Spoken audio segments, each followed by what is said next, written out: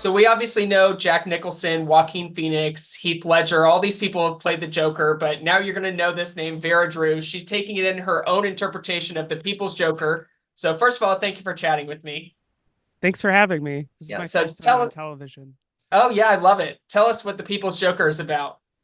The People's Joker is a queer coming of age comic book parody about an unfunny uh, transgender clown whose name is Joker, and she finds herself and finds love, all while forming a legal comedy theater in a town called Gotham City. And what about this character specifically growing up as your trans woman growing up and what about this resonated with you in this character?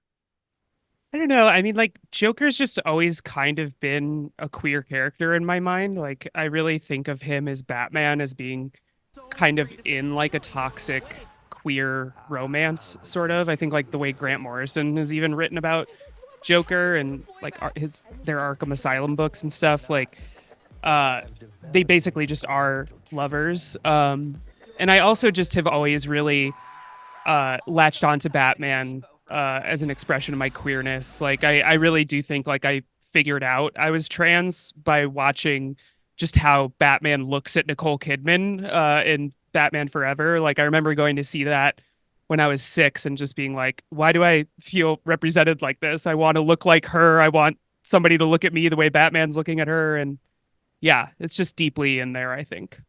And I love the different aspects of the film. There's obviously you're playing the Joker, but there's also animation, there's different action sequences with different types of visual effects. How did you come up with this concept that you wanted to use all different sorts of media?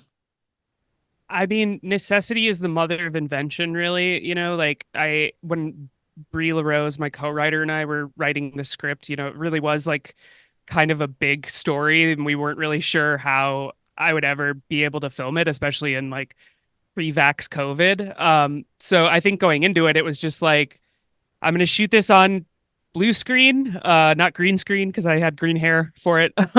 But and kind of figure out like what our lighting is and just fill it in with a lot of just talented mixed media artists. We've have like over 100 people that collaborated with me on this film, and many of them, don't even really work in film. A lot of them are just visual artists and illustrators and um, you know, animators. And I just wanted it to have like a very eclectic feel, and sort of leaning into the lo-fi mixed media aesthetic allows us to tell a bigger story than I probably wouldn't have been able to, my first time making a film. Yeah, and it's so I'm sure it's many years in the making from now it's finally being released. What's it like now that it's about to have its upcoming screening in New York, LA, across the country? What's that like for you? It feels incredible, like the fact that the movie is going to finally be out there for people to see, especially in theaters. Like it is like a lo-fi kind of scrappy, very punk parody movie, but it is meant to be viewed on a big screen with your friends and your chosen family. And yeah, it's just so great. I can't believe that it's coming to theaters just because so much of last year was kind of spent in limbo, and I'm just very grateful that we're finally able to get it out there with Altered Innocence.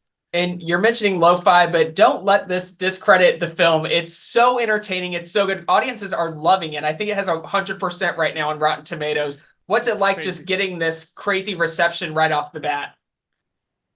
I mean, it's more love and exposure than I ever could have imagined. Like this movie really did start as like just kind of a DIY community project. It was really just something for me to do in 2020 when everything started like shutting down. And I came up as an editor for many years, working at Adult Swim and on various sort of alternative comedy shows, and those were not considered essential work when COVID started. So I was really just looking for something to do, like a big, weird kind of project. And knew I was a filmmaker before I knew I was a girl. Like my earliest memories are um, wanting to direct. So it finally seemed like the time to just do it. So like I really kind of can't believe, I don't know. It really was a movie I made for me, and I think specifically like 13-year-old me. So the fact that it's like resonating with people, it hasn't really sunk in. But it's also been very cool. It's been cool having the experience of like getting up after a Q&A. You know, we had a little bit of a festival run last year, so I really got to meet a lot of the people that this movie means a lot to, and just the experience of other people relating to this very personal story that I'm telling, you know, using these characters is really cool and very healing. And I love the personal experience that you have with it. What's the process like? Obviously, this is a character we know. Everyone knows him as in the Batman universe, Warner Brothers, DC Comics. What was that process like? Because I know there's something at the beginning of the film that says this is not associated with any of those. What was your relationship like or not relationship with them like? I mean, like I said before, like I've really always related to these characters in a way. And you know, I was inspired. I was very inspired when I saw Todd Phillips' Joker. You know, not necessarily to like spend 4 years making a parody of it, but I remember seeing it and being like, here is a movie that is taking a comic book character and talking about like class struggle, like the mental health crisis and like how you know our entire like medical industry is just failing people like that, and the fact that like somebody was able to do that with those characters just like blew my mind. So you know, I really, comedy had always been very important to me like my entire life. I started doing it when I was very young, like too young. I don't recommend letting your children do sketch comedy at 13. Um, there's worse things that they can be doing, but comedy sometimes leads to worse things, as it did in my case. And you know, and coming out in comedy was pretty intense too. And I really wanted to make a piece of art about that, just kind of processing both how comedy helped explore identity for me and also how it kind of kept me trapped in some like false ideas about my identity. And yeah, I think just the idea kind of just all came to me in a flash, like very blurry and but you know, still there. And it was like I really want to make something that, you know, falls completely under parody and fair use. But takes these characters and puts them in a light that is not only like an experience that, you know, isn't talked about nearly enough. And you know, transition is very underrepresented in film. And you know, I think most conversations around that normally are kind of surface level and annoying, and a lot of the representation we usually get is very cis and very straight, even when there are characters like me in there.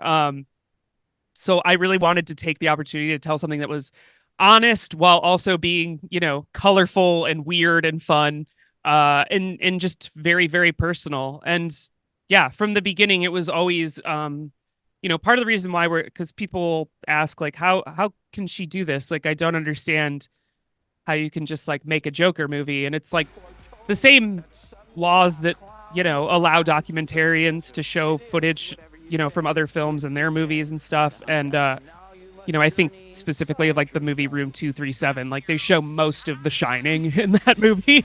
But it's because they're talking about it and they're putting like a commentary on it that only that filmmaker could provide. So that's, you know, really what I was setting out to do with these characters. And, you know, not only to tell my story and share it, but, you know, I think process just a lot of what I've gone through in the last, you know, 5 or 6 years since beginning my transition. You absolutely did the work. You did the research to know what was right, what was not fair use. So obviously you took a while. It took you for a while to do this film. You've been coming up with it, you said, your whole life. Are there plans for a sequel, spinoff? What's next for you? We do have a sequel tease at the end of the movie. It's I won't say what it's called, but it'll feature a villain who has knives for fingers. And that is a sequel that I will make someday. I mean, it really started as a joke, just because I don't know, I like love Freddy Krueger and I love like all the Jason movies and stuff. My favorite Friday the 13th ends with Freddy Krueger's claw coming out of the ground. And I really just had this idea of like, what if the end of our movie, like this claw comes out and grabs Joker's hat because they both wear fedoras. And yeah, and then once the idea came, I was like, okay, I probably need to actually make this someday, but I'm saving it, you know, not only until I really getting this movie out there was was really an uphill climb, and I encourage everybody to read about it. It's been written about a few times now what this movie went through, to get to this point. So I want to make some space before I kind of dive back into this world again. And The People's Joker was really about my 20s and processing, my early life. And I kind of see the next one as being sort of processing this next era of making films, hopefully. And I have a lot of other stories I want to tell in the meantime. I'm working on a body horror movie right now. I have a heist movie that I'm maybe gonna make. We'll see. It's all exciting. That's so exciting. I love every bit of this for you. This is just the beginning, and people are going to love this film. Make sure you see The People's Joker starting April 5th in theaters and then continuing to roll out in other markets. Thanks a lot, Vera. Thank you. This was great. Gotham City is nothing but neon biker gangs, leather freaks, and cross-dressers. Is that what you want? Come home. No, I won't, Mom. I'm gonna be a comedian. When I look back on my life, before going jokeman to harlequin, so to speak, I wasn't even sure I existed. It's like blurry, cracked mosaic of all these gender revelations. You mean she's a he? I'm trans. Well, I'm sorry. Well, I'm not sorry. I was fairly certain I was in love, and I was so afraid of that feeling going away. Ah, but you should be afraid. I just want my happy little boy back. I just don't feel like a boy. Fear not, for I have developed an experimental treatment. You'll be Mama's happy little boy. Also comes in rainbow for pride. It was foretold that someday a clown would rise. Sounds pretentious. It is. Whatever you say, Mr. J. Hunka hunka. Now you must journey inside yourself. I'm not a hero, and I'm not a villain either. So who are you?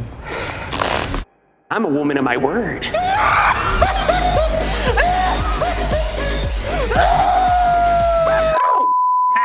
I thought clowns were supposed to be funny.